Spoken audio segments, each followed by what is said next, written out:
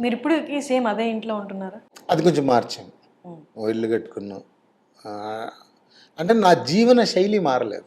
ఇప్పుడు నేను మా ఊర్లో ఉండే విధానం, నా ఫ్రెండ్స్ తోటి ఉండే విధానం, సిద్దిపేటలో నా పనులు నేను చేసుకునేది అది మారలేదు. అంటే కెమెరా ముందే సంపూర్ణ నిష్పత్తి. కెమెరా లేకపోతే నా లైఫ్ నాది.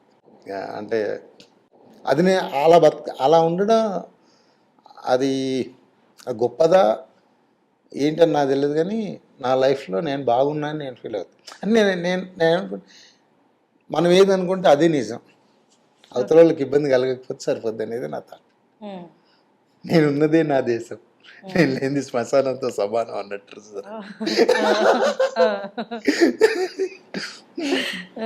డైరెక్టర్ అన్నారు కదా, వర్క్ షాప్ అయిన తర్వాత ఏంటన్నా వర్క్ షాప్ ఉంటుంది.